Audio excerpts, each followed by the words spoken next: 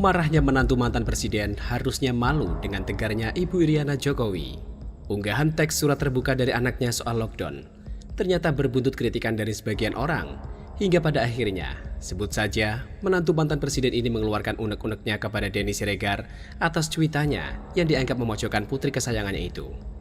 Menurut info terbaru, sang suami berniat akan melaporkannya. Saya sudah membaca kronologinya dan bahkan sudah membaca teks pidato yang bersangkutan. Terlalu bagus kalau dibuat oleh seorang anak yang masih kecil. Bisa paham soal lockdown, betapa kota satelit sekitaran Jakarta berada dalam risiko besar, cara penularan virus corona, bagaimana wabah corona mempengaruhi ekonomi dan pekerjaan banyak orang, hingga menyarankan untuk lockdown dengan mengambil contoh Cina, Singapura dan lainnya yang sebenarnya tidak relevan dengan iklim politik di negara ini. Tapi kali ini kita tidak akan membahas soal teks itu karena sudah banyak yang membahasnya. Saya lebih tertarik dengan reaksi sang menantu dalam melakukan pembelaan terhadap anaknya dan juga balasan dari Denny Siregar yang membuat saya merenung dan setuju mutlak. Pertama, sebuah kekonyolan dan reaksi sang menantu yang tidak senang anaknya dijadikan objek sindiran. Lucunya, entah kenapa dalam cuitannya yang emosional itu, dia protes kepada Presiden Jokowi atas apa yang dilakukan Denny. Benar-benar sangat tidak tepat sasaran alias tidak nyambung. Memangnya Denny ini anaknya Pak Jokowi? Harusnya dia protes langsung kepada Denny atau tantang adu debat langsung. Tapi masih mending sih ketimbang nanti dia protesnya ke petinggi Sunda Empire. Bisa meriah masalahnya. Yang kedua, sebuah balasan telak dari Denny membuat saya merenung. Dia membandingkan karakter Ibu Iriana Jokowi dengan sang menantu. Dikatakan olehnya, Ibu Iriana adalah seorang istri yang kuat. Tidak peduli Jokowi mau dituduh dan dihina seperti apapun. Tidak peduli anaknya mau dikritik dan digosipkan seperti apapun. Dia tetap tegar. Tidak pernah sejauh yang saya tahu dia baperan, emosional, atau bahkan marah-marah kepada orang tersebut. Apalagi ngamuk-ngamuk di media sosial. Seolah dia memang sadar beginilah resiko terjun ke dunia politik. Selalu saja ada yang bakal mencibir, mengkritik, bahkan menghina secara brutal. Jadi, tidak perlu ambil pusing dan move on. Jokowi juga demikian. Tidak ambil pusing dengan semua hinaan atau fitnah jahat yang dialamatkan kepadanya. Tidak pernah dia laporkan para pemfitnah dan penghinanya.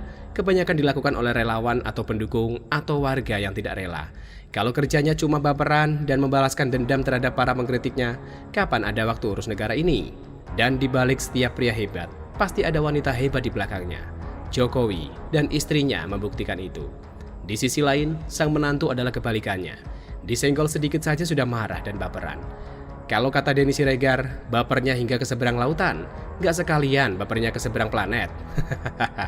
Reaksi ini mengingatkan kita dengan apa yang biasanya dilakukan mantan presiden itu.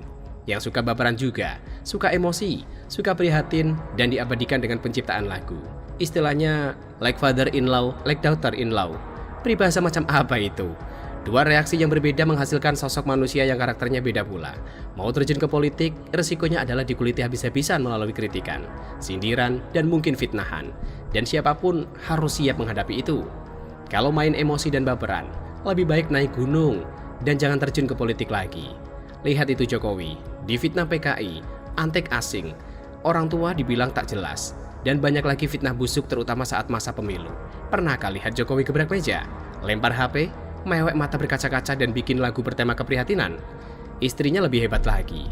Tidak pernah tuh baperan dan mengecam. Apalagi sampai menulis panjang lebar di dunia maya, biar jadi isu sensasional. Orangnya santai saja bro. Tak terbayang apa yang akan dilakukan sang menantu jika suaminya, anaknya atau keluarganya diserang secara politis. Bakal tahan gak ya? Rasanya sih tidak. Apalagi misalnya jadi ibu negara. Waduh, mungkin tiap hari bakal ngamuk dan melampiaskan balasan. Dewasa dalam usia ternyata tidak bisa diartikan dengan dewasa dalam berpikir dan menyikapi sesuatu. Hal yang biasa pun diluar biasakan. Bagaimana menurut Anda? Artikel ini ditulis oleh XRD dilansir dari Hibut.com.